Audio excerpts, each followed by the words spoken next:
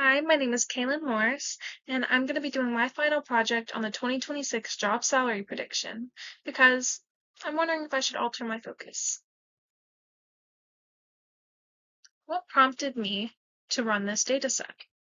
Well, after graduating last summer semester, I'm still having a difficult time finding work, and so I just wanted to see kind of what path I need to be taking in the finance world and technological world. So today my objectives are to run a test that gives me the top three highest paying positions within the finance and technology industries.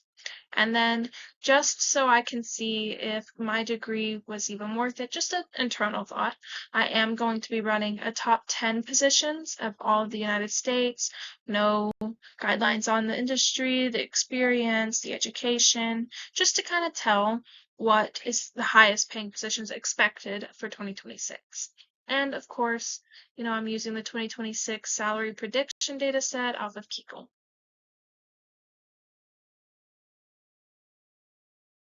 So what steps did I take to prepare my data set? Well, for starters, of course, I imported my Excel file into my Jupyter Notebook Python file. And then I started writing code for cleaning, making sure that there was no NAs or empty cells or nulls, which of course my data set didn't have any. So it just came back as a bunch of zeros. And then I moved on to duplicates, not necessarily duplicate positions, but because I know that there's multiple positions that require different types of levels of education and experience. But more or less, just if an entire row matched another row, I wanted it to completely eliminate that, which also came back as zero, which was great. So my file was already clean and ready to go. So I went ahead and moved on to starting my actual analysis. So before starting my analysis, I went ahead and created filters that could be shared between both tests and searches. So I went ahead and filtered all of the data to only show me positions that were located in the United States of America, as well as to filter it in order from highest paying position to lowest paying position. And this filter works for both the personal search and the overall search. Okay, so for my personal analysis, I went ahead and just added some filters that were based on me. So I made sure to filter out anything that wasn't a bachelor's or high school diploma. I made sure to keep it within 0 to 2 years of experience. And then, of course, the industry was finance and technology. And when I ran that, it gave me three positions, and they were all AI engineers. And although that was perfectly fine, I wanted a little bit of uniqueness in the positions as far as differentials.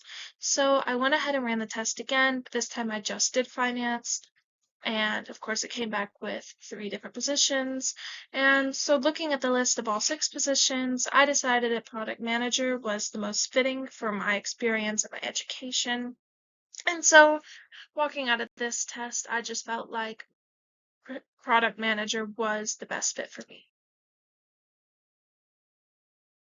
Moving on to the overall analysis, it's not much different than the last one, only there's not really any filters on it, aside from, like I said, the shared filters, which is to filter by USA and by the highest salary.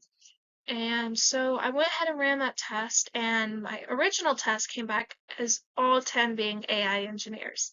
So at that point, I was like, no, I want some differentials. So I ran a separate code for a second test that would only generate uniqueness in positions. And if there were multiple positions with the same title, it would just pick which one had the highest salary and produce that for me, assuming it would make it on the top 10 list. And so when I saw the revised list, I actually was drawn to data scientist because out of all the PhDs that are on there, it does say that it needs a master's, and I am actively working on my master's. So that felt really achievable. And the skills and the industry, it all felt pretty great. So the only thing I didn't have was the 19 years of experience, but I was thinking maybe I could just get a position that would help me work towards this position, which felt like a really great idea. So the data scientist actually made it on the table with the product manager from my personal search. So my goal here, my final decision, is to move with the product manager result from my personal search as opposed to the data scientist. And that's simply because a lot of my already existing credentials fit product manager a lot better than they do a data scientist. And I could always work towards being a data scientist later in life, but for now, I think aiming for a product manager is really the way that I need to be focusing my attention, and I feel like that might help me in the future as well. I am glad though that I did run both tests because although the personal test shows me where I need to focus on now, the overall test does show me and prove to me that my degree and my career path isn't all a lost cause since it is on the board. Thank you so much for listening.